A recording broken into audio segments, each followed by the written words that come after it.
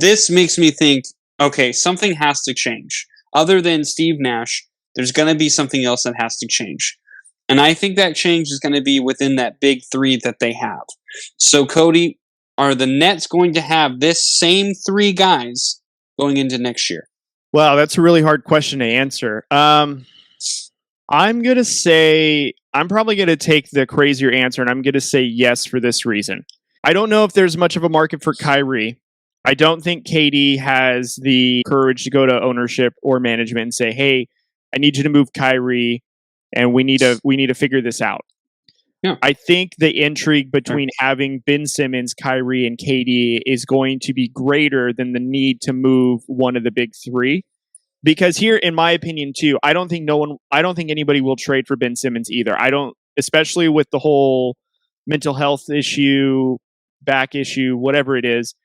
I don't think any team in their right mind would trade for Ben Simmons at all because they don't know if he can play. He's gone now almost a full off season plus an entire season and into the playoffs without playing or showing what he's got left or if he even wants to play. I don't think you can get rid of him. Kyrie also, too, in the same respect. I don't know if you can get rid of him because if he doesn't go to a situation he likes, he could be that toxic teammate that tears your team up. Do you want to risk that and risk any future assets? Yeah. KD, I don't think will ever want to leave and give up like he did in OKC before. And I don't think he'll ever want to leave Kyrie like he did Russ. I think him and Kyrie are really close. And again, I think Nets management and ownership are going to want to know what this team has with their three big stars and just build around it. They're probably going to want to keep some pieces. If I were them, I would keep Seth Curry. I would keep, Dragic. I would keep the shooters and the veterans, and then I would just go from there. I think there's still fine players that'll go to that Nets team if they have Simmons, KD, and Kyrie. I think they can fill out a full competitive roster and be really good with a full offseason and a good head coach that can actually lead them there. I don't think Steve Nash is the guy, but I do think just based off of curiosity, this big three will stay together and at least play for one season together just to see what they all have. I think that's what is more likely to happen. I don't hate it. The only thing I would go against you is I do know that there are some teams that would still want Ben Simmons. I do think the Lakers are still at play just because of the Clutch Sports agency being representative. I think there's always a chance that he could end up going there. Mm-hmm. And to be honest, if you can't get much worse. Well, you could get a little worse, but you can't do much worse than what Russell Westbrook was playing. And I think Ben Simmons, although he doesn't shoot the ball, he knows not to shoot. And I think that is kind of a key right now, especially in Lakerland. Like, no one wanted to see Russell Westbrook shoot. So I do think there is a chance that they could go after him and you could talk yourself into, we could be better. There is that chance.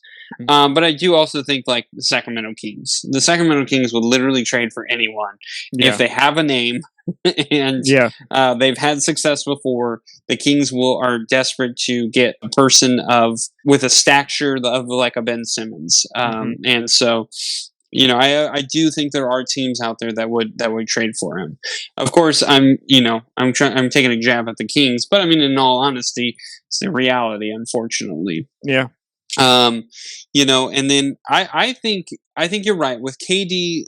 He proved that he's, how do I say this nicely? He doesn't like the conflict between teammates so much where he just kind of separates himself from it. I mean, it was obvious the last year that he was with the Warriors with the whole Draymond Green situation. He never confronted it. He never went to Draymond Green. Draymond Green has said they never squashed it. Like they just kind of like were like, oh, we were back in form, And I mean, yeah, that's always cool to do that when you're boys with someone, but at the same time, like you have to be on the same page. You need to communicate. You need to have that friction and solve it. It's like this is going to sound dumb, but it's like a marriage. Like when Mhm. you are married, sometimes you need to have that conflict to solve things because you need to know what the other person is thinking, what you're doing to the other person, Right. how you are receiving their feelings, how they're receiving your feelings. It's the same way as a teammate. You need to know what their buttons are and what you can go for and what you can't. Look at Michael Jordan. Michael Jordan literally fought teammates. Mhm.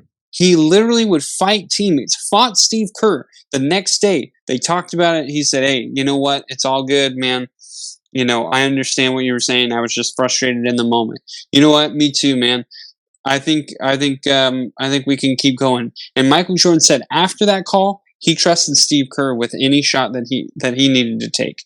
Mhm. And that is how you solve issues. Yes, it sucks in the moment, but once you get out of that moment, what you see happens, the relationship, how it turns, is so much better. That's why Mhm. you always hear therapists, marriage counselors, or whatever say it's healthy to have fights in your marriage.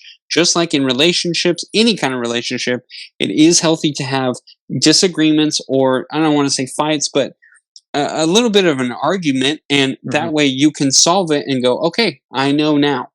Right. And it's very healthy. So for me, it doesn't make any sense that Kevin Durant doesn't want to do it, other than I don't care that much. Like, to me, Mhm. if he stays with the Nets, it really shows that he doesn't care about winning, because you're not going to win with the Nets. I'm sorry, it's not happening. I don't think you're going to win with Ben Simmons unless all of a sudden he just gets out of his little funk that he's in and he just starts going ham. Again, with Kyrie, I don't think you're going to win with Kyrie. It's obvious you're not going to, because you've tried it for 2-3 years and Mhm. it hasn't happened still.